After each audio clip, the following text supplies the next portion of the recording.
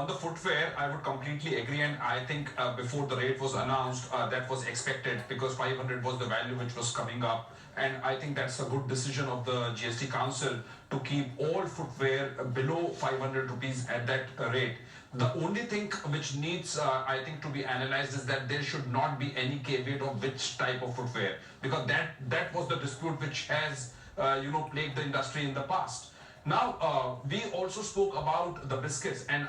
today also as we speak, we have 5 different rates of GST,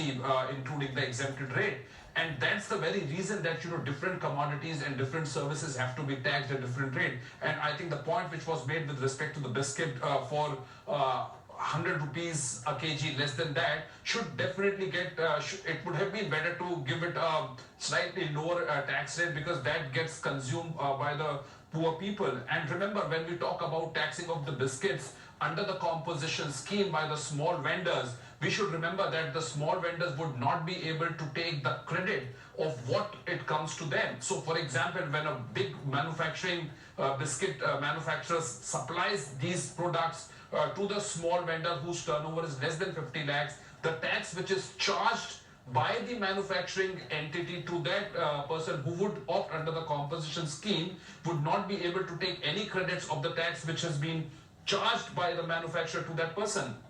Nevertheless, while the tax on the output side would be relatively lesser in terms of the percentage, but that entire input cost goes as a cost to him, which gets sucked somewhere in the system. So I think while everybody would respect the decision of the GST Council, but maybe in the days to come the council may think about such products as biscuits for in the larger interest of the society.